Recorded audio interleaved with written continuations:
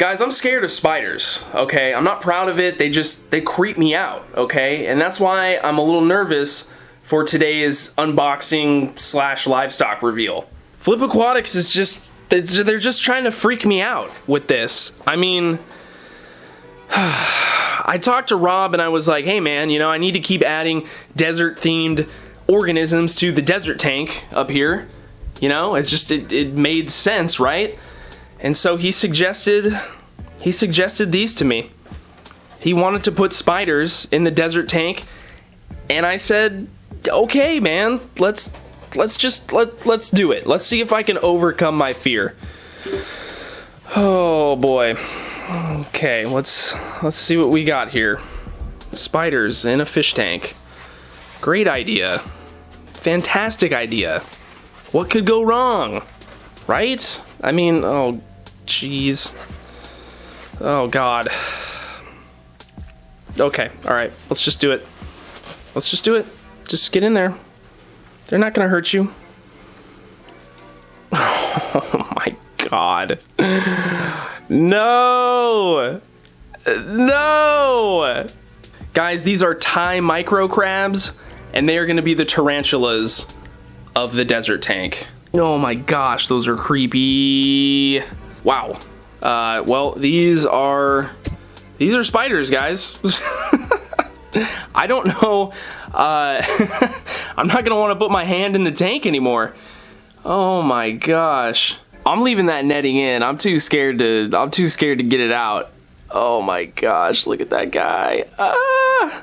There's some like stealthily underneath the netting trying to hide from me. Like I know that's what they're doing. I'm gonna do kind of like a weird hybrid drip acclimation for these guys. Probably overkill, you probably don't need to do that, but it's just what I've been doing lately. So anyway, I'm gonna do that. We gotta give a huge shout out to Flip Aquatics, even though you're freaking me out here with this livestock. I think it's gonna be perfect for this tank.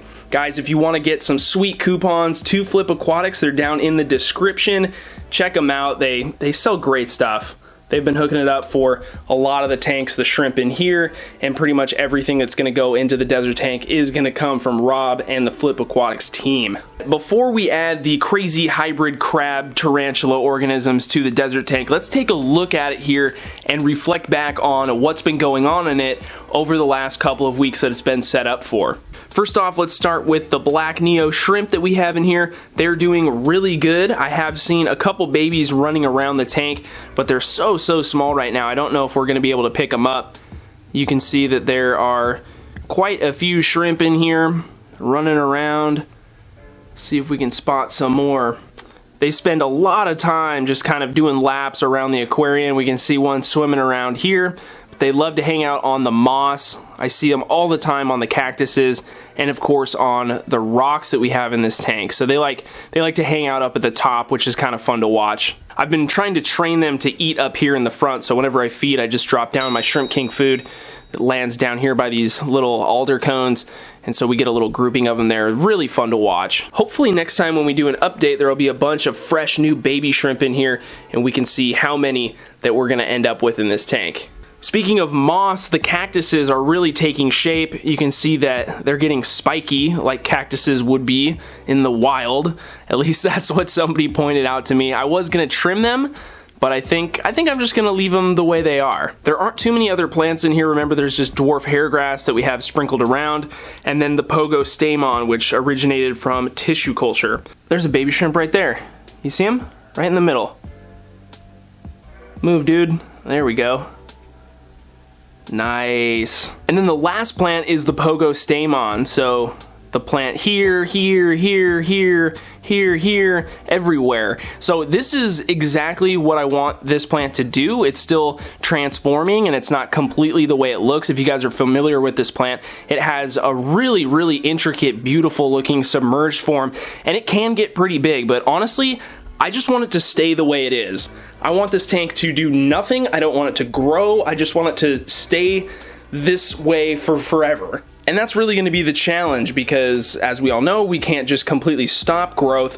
I'm thinking about at least turning off the CO2 in this aquarium. It's not super necessary, but I just wanted to help things kind of transition, especially this Pogo Stamon. But now that it's doing really well and it's where I want it, I'm thinking about removing that factor and hopefully keeping this tank this way for as long as possible. It's going to be a challenge though, but it should be an interesting thing to watch and see if we can do it in this aquarium. So I'm excited. I hope you guys are too. All right, guys, it's time. It's time to face my fears. Oh gosh, it looks like they're all on this mesh, so I'm going to try and just pull this out. Hopefully they'll all stay on there. They did, and we'll just drop this in.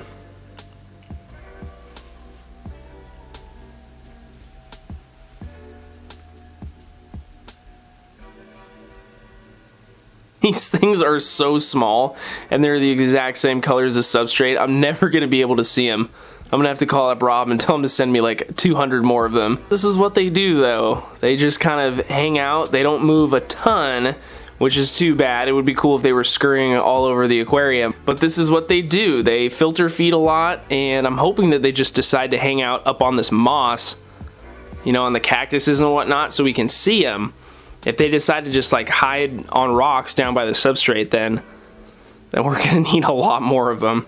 Let's talk a little bit more detail on these guys just in case anybody else is interested in getting some. Thai microcrabs are also referred to as false spider crabs, and they're, yes, 100% true fully aquatic crabs, and they don't need any dry land to survive. They only grow to be about a ½ inch in diameter from leg to leg, so they're gonna stay really small, and they're probably best suited for nano aquariums with other passive nano species. They don't pose a threat to pretty much anything in your tank. It's just whether or not you have fish that pose a threat to them.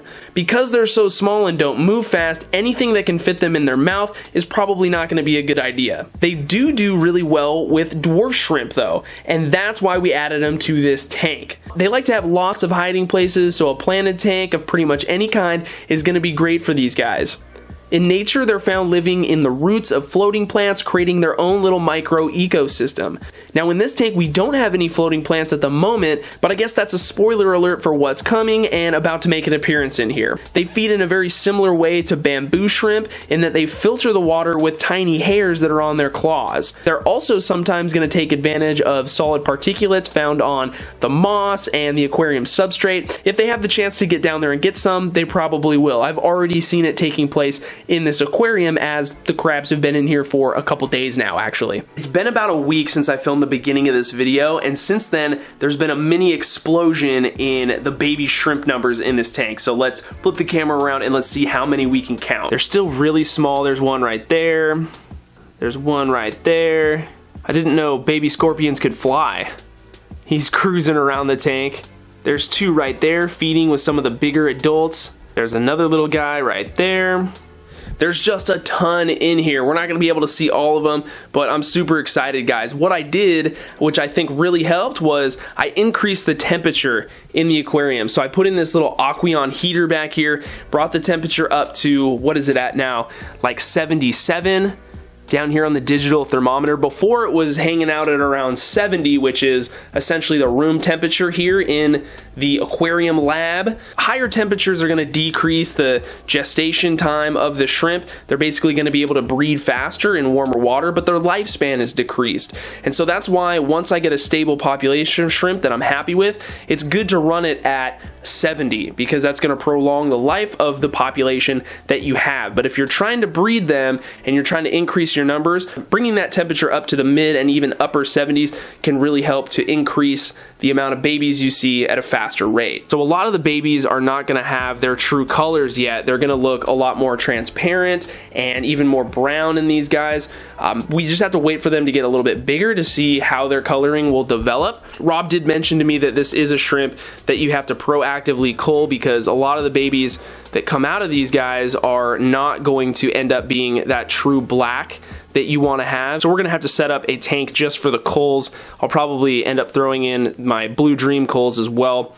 It's just something that we need to have because I don't want to just euthanize all my shrimp that don't look good. I don't think that's very cool. Anyway, guys, I hope you enjoyed today's video. I hope you thought that the Tarantula edition was a good idea. Let me know what you think in the comments below. There's a bunch more desert-themed organisms that we're going to be adding to this tank, so make sure you're subscribed and you have notifications on so you know when those videos come out. Thank you so much for watching, guys. Don't forget to check the description for a link to Flip Aquatics and all the other stuff that we've used on this tank to make it the way it is.